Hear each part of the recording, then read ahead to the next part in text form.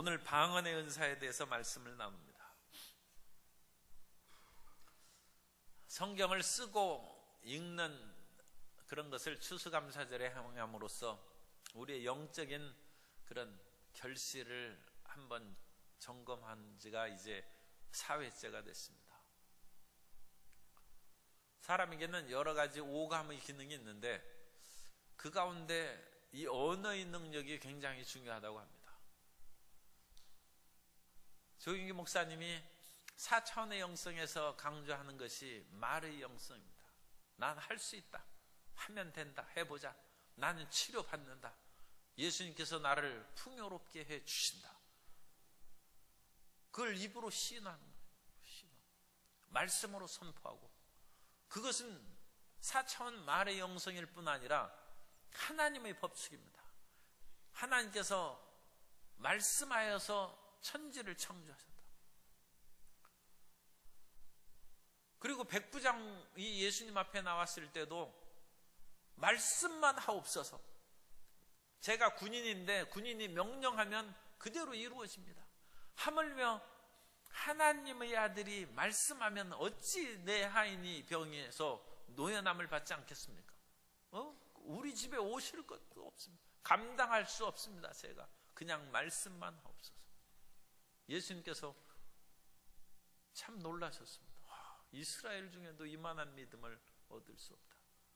그런데 오늘은 방언의 은사로 말씀에 대해서 보는 것입니다.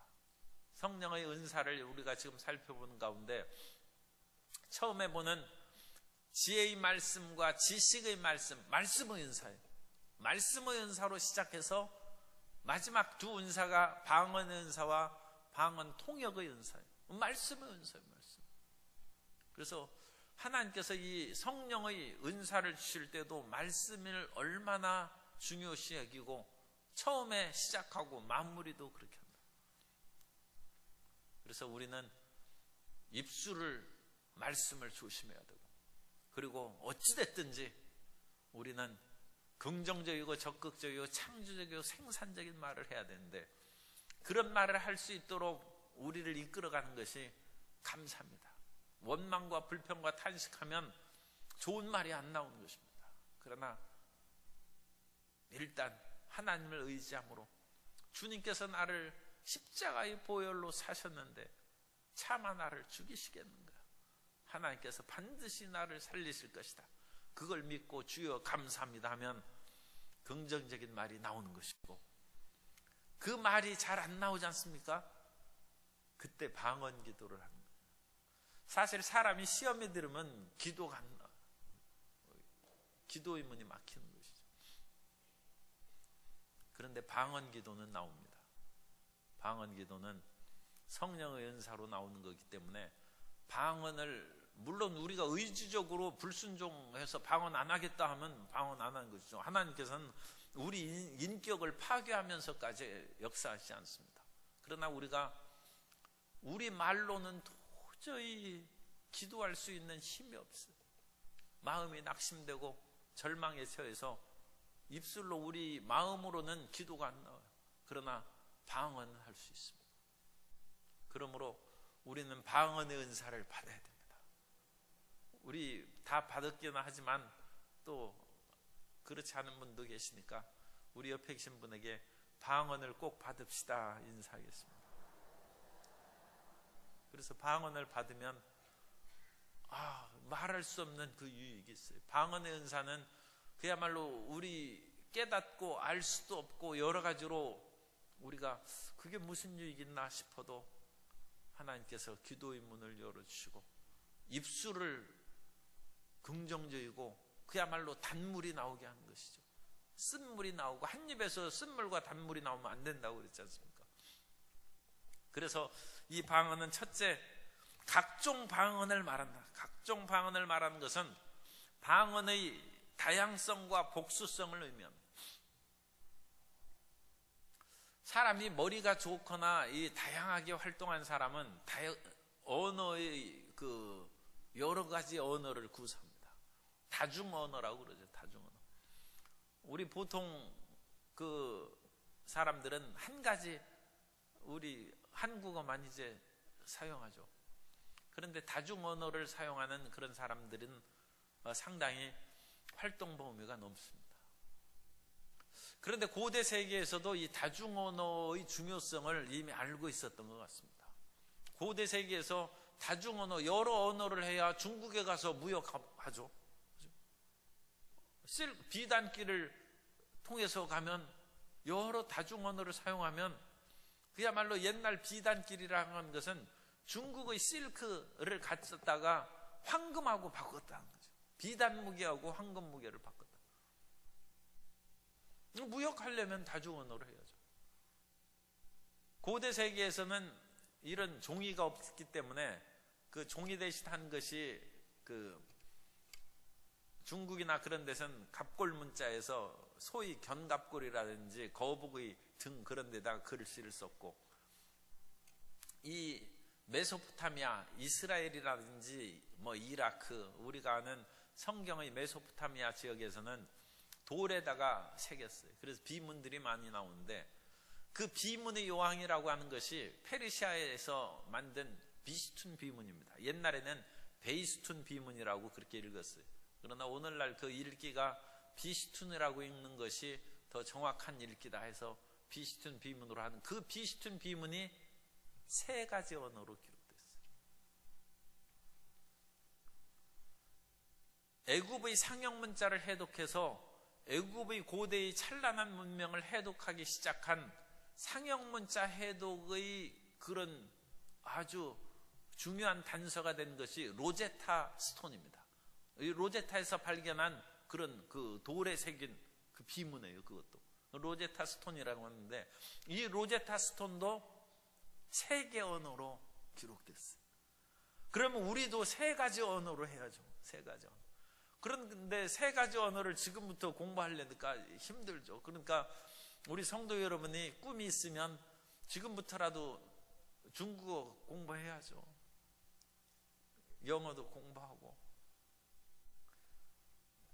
파리에 가가지고 그 노상 카페에서 커피를 한 잔 불어로 유창하게 시켜 먹기 위해서 불어를 그것만 외우시면 돼요, 사실.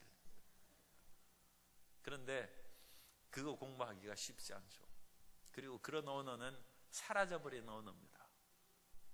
영원한 천국에서도 우리가 함께 할 수 있는 언어로 방언의 은사를 받아야 되는데, 방언이 여러 개를 주셔요. 그래서 우리가 방언 한 가지로만 말하는 것이 아니라, 방언이 어느 때는 그냥 그 영어 비슷하게 나오기도 하고, 어떤 때는 중국어 비슷하게 나오기도 하고, 진짜 중국어로 방언의 은사를 받은 사람도 있어요.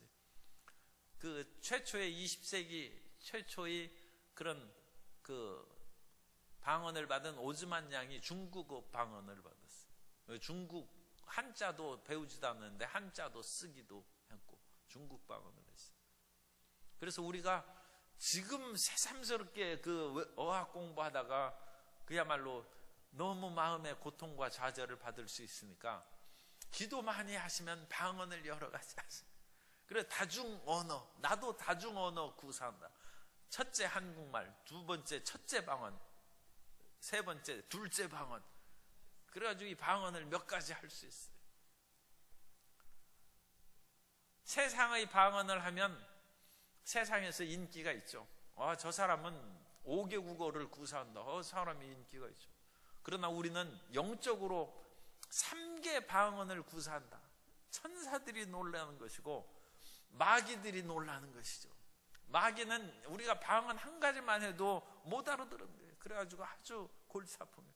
그런데 한 가지 방언을 하다가 갑자기 또 톤을 바꿔가지고 다른 방언으로 하고 그러면 마귀가 기겁해서 도망갈 줄로 믿습니다. 이 방언은 각종 방언 말해요. 그래서 한 가지, 우리 성도님들 한 가지 방언 말하는 것으로 결코 만족하지 말고 다양한 방언을 말하게 되시기를 바랍니다. 그리고 다양한 방언은 좀 방언을 깊이 하면 그 자연스럽게 다른 방언이 나옵니다. 나오니까 그 방언 기도를 열심히, 방언 받으신 분은 열심히 하시면 돼요. 그래서 그 방언을 1시간씩 하고 그러면 새로운 방언이 나오고, 또 2시간 하면 뭐 하나님께서 주신다거나, 그래서 우리가 방언의 은사 받은 것을 더 소중히 여기고 다양한 방언으로 얘기해야 합니다. 그 방언의 내용은 하나님을 찬양하고 하나님을 높이는 것이다. 그러니까 방언을 하면서 하나님이 위대하게 마음속에 그 영상이 비치듯이 비춰오면 지금 제대로 방언 기도를 합니다.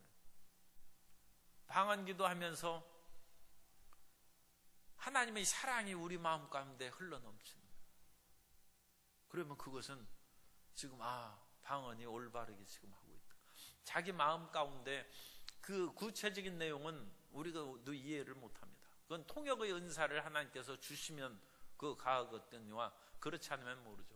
그러나 우리 영으로 기도하는 것을 그 마음의 그 흔적을 느끼는 흔적, 내 마음 가운데 자꾸 하나님을 높이고 찬양하고 하나님의 사랑에 감사하고 예수 그리스도의 보혈의 은총에 감격하여 방언을 기도하면서 눈물이 흐르고 보이지 않는 천국의 영원한 세계가 마치 보이는 것처럼 우리 마음 가운데 다가오면 그건 방언으로 하나님께서 이 놀라운 영적인 그런 세계의 비밀을 우리에게 가르쳐 주는 것입니다. 고린도전서 14장 14절에 보면 내가 만일 방언으로 기도하면 나의 영이 기도하거니와 나의 마음은 열매를 맺지 못하리라. 그래서 방언을 하면서도 절반은 30분 방언했으면 30분은 깨달은 우리말로 기도하는 것이 좋습니다. 그러나 방언으로 기도할 때도 말씀드린 것처럼 영이 기도하지만 우리 마음 가운데 하나님에 대한 감사와 찬양과 사랑의 마음이 솟아오르는 것을 보고 이 방언의 내용이 이런 하나님의 위대하심을 지금 찬양하는 내용이구나. 그것을 우리가 알 수 있습니다. 그래서 방언으로 기도하면 하나님께서 주신 그 은혜를 깊이 깨달을 수 있어요. 마음에 탄식과 원망과 불평이 가득하더라도 방언을 깊이 기도하면 하나님의 은혜에 감사하는 마음이 생깁니다. 이 세상에 감사할 것이 하나도 없는 것 같아도 감사할 것이 많아요. 어쨌든 우리가 지금 살아있지 않습니까? 그래, 살아있는 것을 감사하는 거죠. 참 그런 말하기는, 옛날에는 그 일본에 지진 나고 그러면 우리나라는 지진 안 나서 감사하고 그랬어요. 그런데 또 동쪽은 지진 나니까 서쪽은 지진 없다고 또 이제 감사할 수도 있고, 삶의 모든 것에 대해서 우리는 감사하고 감격하는 마음이 솟아올라요. 그런데 방언을 많이 하면 그 하나님의 은혜가 깨달아집니다. 하나님께서 먹을 수 있는 힘을 주신 것도 감사하고, 눈으로 보고 걸어 다니는 그것도 감사하고, 그건 가장 기본적이고 그런 것은 당연한 것으로 생각하지만 사실 걸어 다니는 것이 기적입니다. 다리가 다치거나 그래가지고 또는 그 몸이 약간 마비되었다가 한 그 몇 달 병상에 누워있는 분은 못 걷더라고요. 아니 50년을 걸어오고 60년을 걸어왔는데 못 걷는 거예요. 그걸 다시, 그러니까 마음의 생각은 해도 몸이 안 움직이는 거. 그것을 어떻게 해서 손을 짚고 일어나고 걸음을 시작해야 되는 것을 가르쳐 줘야 돼요. 그래야 걷는 거예요. 그러니까 우리가 걷고 움직이는 것만 해도 이게 기적인 것이죠. 그런 모든 것이 감사함으로 우리 속에 끌어오르는 것이 방언을 기도하면 하나님께서 그런 마음을 우리에게 주시는 것입니다. 그리고 우리가 기도할 때 에베소서 6장 18절 있는 말씀처럼 모든 기도와 간구를 하되 항상 성령 안에서 기도하고 이를 위하여 깨어 구하기를 항상 힘쓰며 여러 성도를 위하여 구하라. 방언으로 기도하면 더 깊은 기도의 세계로 들어갈 수 있습니다. 그래서 피상적인 우리의 눈으로 보고 손으로 잡히는 것만 기도하다 보면 그것보다 더 훨씬 더 중요한 일들이 마음속에 깨달아지는 것이고, 흑암의 세력을 꺾어버리는 기도를 하는 것이고, 성령의 은총과 하늘의 모든 영적인 선한 은혜가 가정과 사회와 민족을 덮어버리도록 그런 기도가 나옵니다.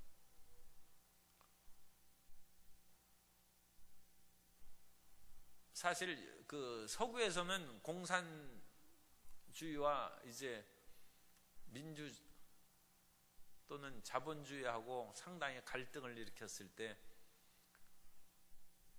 예수님을 믿는 사람들이 기도하면서 흑암의 세력과 모든 그런 공산주의나 무신론의 세력이 그 사회를 덮어오는 것을 기도함으로써 물리치는 그런 환상을 보았습니다.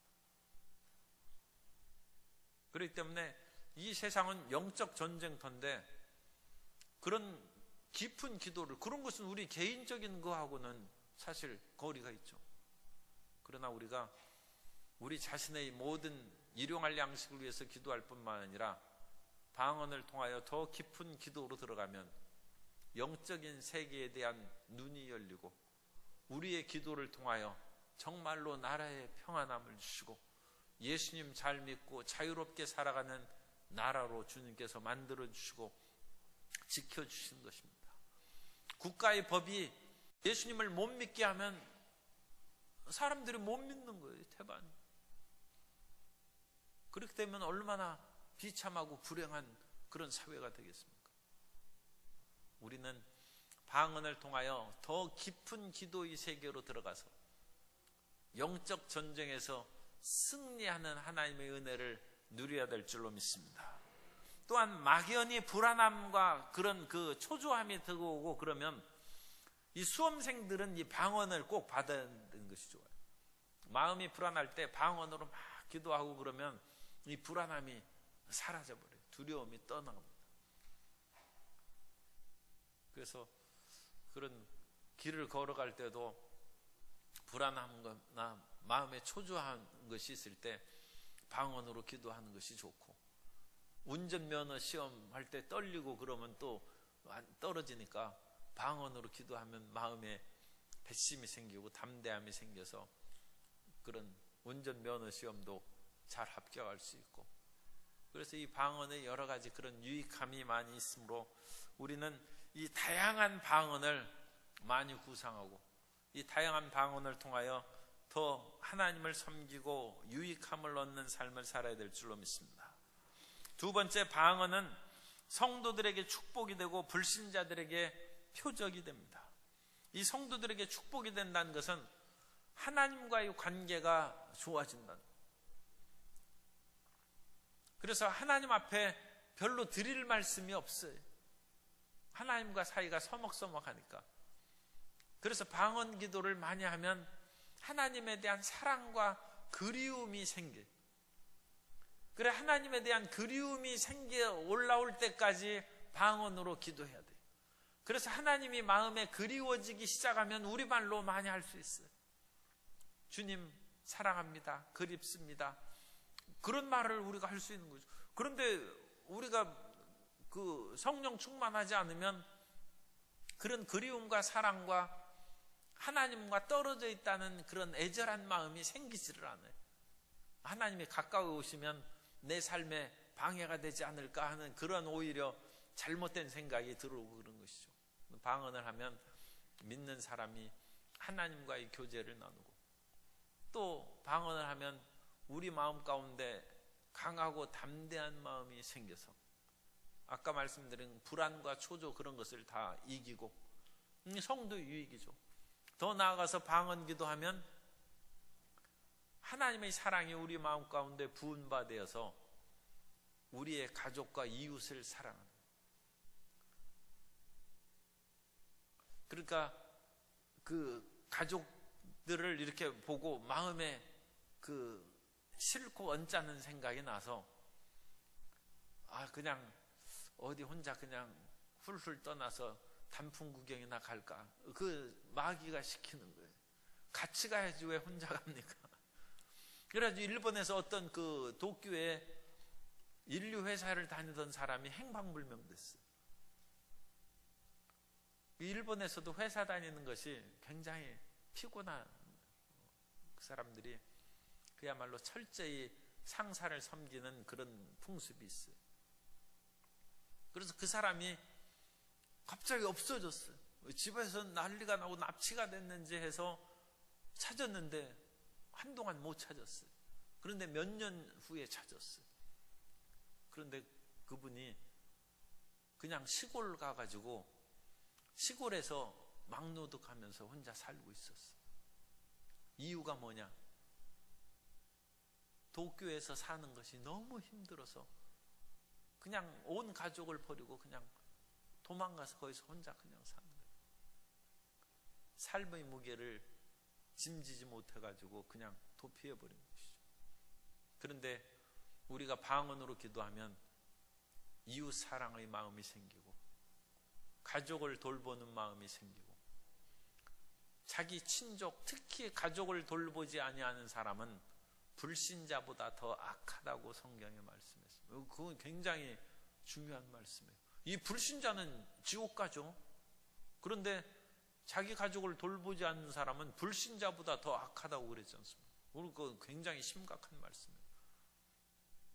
그래서 방언을 하면 성도들에게 그러한 좋은 그런 그 축복이 된다. 하나님과의 교제, 자기 자신도 삶의 무게를 이기고 또 이웃도 사랑하는 마음도 불어넣어주고, 더 나아가서 이 방언은 불신자들에게 표적이 된다는 거예요. 불신자들.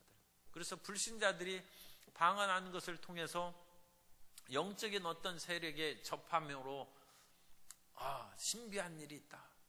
그래서 믿음을 얻을 수도 있고, 사도행전 2장에서 오순절 방언의 표적이 일어났을 때 수많은 흩어진 유대인들, 디아스포라 유대인들이 참 희한하다. 이 사람들은 갈릴리 사람들인데 어찌 우리 그런 각지 흩어진 지역의 언어로 우리가 알아듣는가? 어찌 그러한 말을 하는가? 그래서 방언이 그런 은사가 나타남으로 말미암아 베드로의 설교에 수많은 사람들이 회심하고 3,000명이나 예수님을 믿는 역사가 이루어진 것입니다. 또 그 가운데 예수님을 안 믿는 사람의 경우에는 심판의 표적이 되는 거예요. 그래서 저런 하나님의 놀라운 표적이 나타났는데도 불구하고 불신하면 그 사람은 하나님께서 선택하지 않고 그들을 기억하지 않는 그러한 사람이 된 것이다. 그래서 불신자들이 심판받고 또는 불신자들이 회개하는 그런 표적으로서 방언이 역사를 하게 된다. 그래서 가족 가운데도 그런 방언으로 이렇게 하고 그러면 그 가족들에게 어떤 충격을 줄 수 있어요.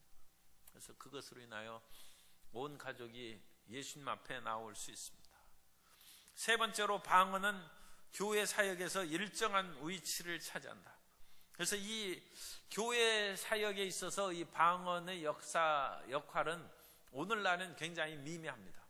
그래서 제가 성경 말씀을 하나 읽어드리면 고린도전서 14장 26절에 그런즉 형제들아 어찌할까?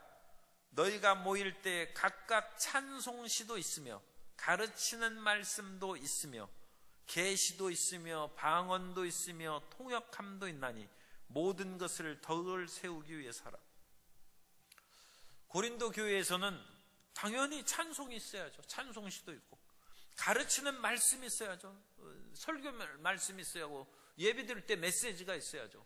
그런데 예배가 그것으로 끝난 것이 아니라 하나님 앞에 기도할 때 특별히 어떤 선지자를 통하여 계시의 말씀이 나옵니다. 그리고 방언도 한다는 거예요. 그러니까 이것이 예배를 드리면서 회중 가운데 일어나서 방언으로 하나님 막 기도하는 거예요. 방언으로. 그러면 또 다른 편에서 방언을 통역하는 거예요. 그래서 그 성도들에게 유익함을 주는 그런 하나님의 메시지가, 그러니까 일반적으로는 가르치는 성경 말씀 이외에 특별한 그런 하나님의 깨닫게 해주는 방언과 통역의 말씀이 있고, 우리가 잘 안 하지만 찬양대에서 찬양하지 않습니까? 찬양을 그렇게 막 하다가 그 찬양 가운데 어떤 사람이 방언으로 찬양을 하는 거예요. 사람들이 얼마나 감격적이에요. 그죠? 좀 놀라긴 놀라지. 그죠?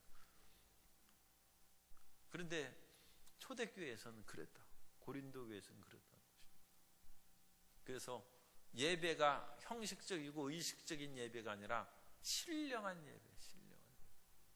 그런데 현대 교회에서 그런 신령한 예배를 드리는 그런 교회는 거의 없어요. 별로 없고, 그런 예배를 드리면 사람들이 상당히 좀 꺼려할 수도 있어요. 참 너무 신령한 교회에서 그런 교회 다니지 말라고 그럴 수도 있어요. 그러나 그것이 성경적입니다. 그래서 우리는 일단 방언으로 예배 도중에 방언 찬송을 한다든지 방언을 어떤 개인이 말하고 통역하는 그런 일은 없지만, 통성기도할 때는 방언으로 하는 것을 조금도 마음에 거부감을 갖거나 꺼려하지 말고, 통성기도할 때는 열심히 방언으로 기도하시기 바랍니다. 그래서 이 방언은 교회 사역에서 일정한 그런 위치를 차지하고 중요한 역할을 한다는 것입니다. 오늘은 그 시간이 그렇게 됐으므로 우리가 방언에 대해서 여기까지 말씀을 보겠습니다. 오늘날 다중 언어를 구사하는 것이 사람들에게 자랑이 되는 것처럼 우리는 다양한 방언을 말하는 것을 자랑으로 삼게 되시기 바랍니다. 그리고 방언을 말하면 하나님과의 깊은 교제에 들어가고, 나 자신의 막혔던 것이 뚫려서 자신을 성찰할 수 있는 그런 계기가 되고, 더 나아가서 이웃 사람이 미워지기 시작하면, 방언을 하면 다시 이웃 사람이 사랑스러워집니다. 그래서 성도에게 유익을 주고 성도에게 축복을 주고, 불신자들에게는 표적이 되어서 불신자들을 심판과 믿음의 길로 인도하는, 그건 항상 불신자들은 이 두 가지 길로 나누어지는 것이고, 방언은 교회 안에서의 그런 그 일정한 위치를 차지하고 있는데, 그 예배시 역할은 오늘날은 별로 그 공중 예배에서는 잘 못합니다. 그러나 구역 예배하거나 그럴 때는 조심스럽게 그것을 하고, 방언을 말하고 방언으로 찬송하고, 그런 것들은 어느 정도 가능하지 않는가. 그리고 그것을 교우장님이나 지도를 받으면서 그렇게 하면 정말로 살아 움직이는 하나님의 역사를 체험하고 기적이 넘쳐나는 예배를 드리게 될 줄로 믿습니다.